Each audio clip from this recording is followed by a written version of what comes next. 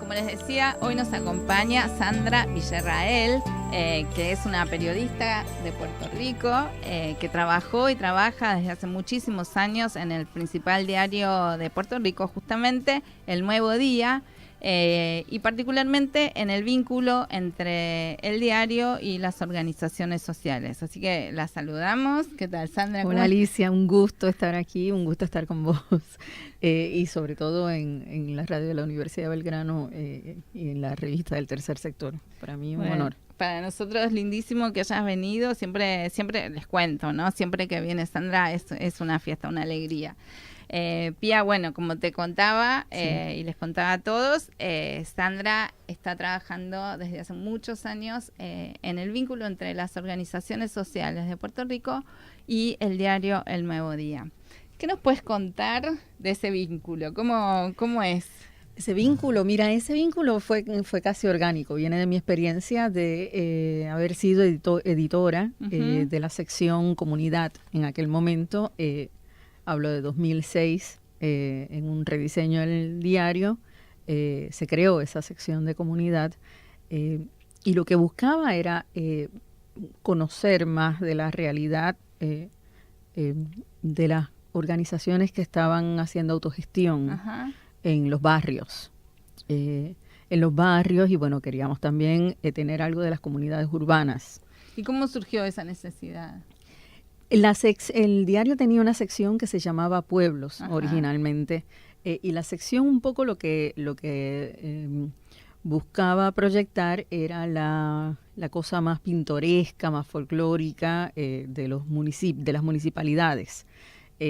Pero luego decidimos, yo venía un poco de la experiencia también de gobierno, haber trabajado con un proyecto de la gobernadora Sila Calderón en el 2000, que creó un proyecto de comunidades especiales que lo que hizo con este programa fue priorizar en atender las necesidades de los barrios más pobres.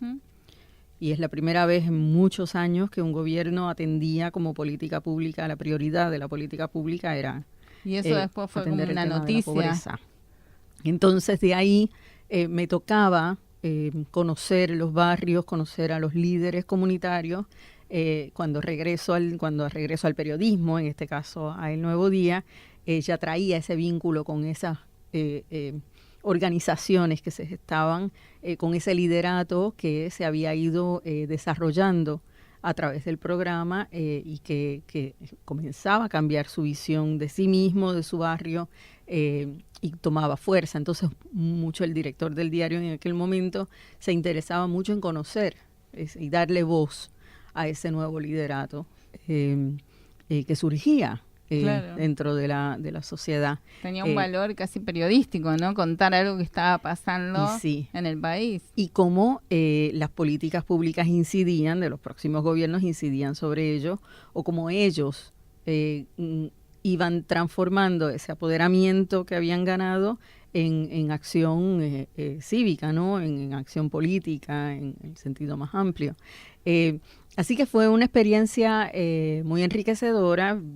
Por ahí entonces se fue gestando la sección y ya vamos trabajando, además de la cosa anecdótica puramente de los barrios, vamos también trabajando los temas, qué temas le conciernen a esto y a estos grupos, y también mucho de la historia y de cómo las obras que se iban desarrollando incidían en esos barrios. Es decir, en muchos lugares lo que se crearon fueron centros comunales. Y las personas, la ciudadanía se preguntaba, ¿y por qué necesitan centros comunales? Bueno, entonces lo que hicimos fue visitar muchos de esos lugares, conocer cómo era su vida antes y cómo un centro comunal les cambió la vida y permitió que se relacionaran. Antes no tenían dónde hacer una fiesta de cumple para sus hijos, por ejemplo. Eso te iba a preguntar, ¿qué actividades, digamos, hay en los centros? Para empezar, antes sus actividades privadas, gente muy pobre, no tenían espacio para hacerlo, entonces ya tenían un lugar donde poder hacer alguna actividad de celebración. pero de ahí pasa de lo familiar a lo colectivo, ¿no? De ahí entonces cómo comienza a ser un espacio de reuniones, cómo comienza a ser un espacio para identificar otras necesidades que tenían, y también se crean bibliotecas electrónicas. Entonces se equipaban con computadores y los niños que no tenían esos equipos en su casa podían utilizarlo. Se ofrecían cursos para la gente grande también. Entonces va cambiando, ¿no? La dinámica social en esos barrios por un centro, ¿no? Que quienes lo tienen lo ven como obvio. Entonces eso nos permitió en la sección no solo mirar eso, cómo se cambiaba la vida de la obra con la obra nueva, sino qué representaban los centros comunales en los lugares que siempre lo tuvieron, claro, y que muchos ya estaban abandonados, porque entonces en las urbanizaciones más de clase media, clase alta, ya no se usaba lo común, claro, ¿no? En los espacios comunes.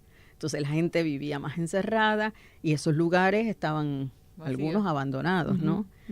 O se hacían para actividades sociales y una vez al mes. Me da curiosidad saber cómo impactó en estas organizaciones comunitarias el hecho de que el diario más prestigioso, el diario principal del país, tome contacto con ellos y promocione y difunda, ¿no?, el trabajo que hacían. ¿Cómo impactó en las organizaciones? Los apodera, los valida, los comienza a visibilizar.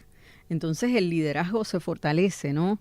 En sus propios barrios, los líderes que reseñábamos o las iniciativas que reseñábamos por gestión de su líder, esa persona ya era mejor reconocida como líder dentro de su barrio y en la sociedad, y mucho le dábamos oportunidad también para que comentara sobre los temas sobre los que le preguntamos todo el tiempo a los mismos, a los economistas, a los académicos. Sandra Pía tiene muchísima experiencia y hicieron cantidad de eventos y audiencias públicas, así que nos va a seguir contando la cantidad de organizaciones que hay en Puerto Rico. La verdad que es muy sorprendente todo lo que me estuvo contando antes de empezar el programa.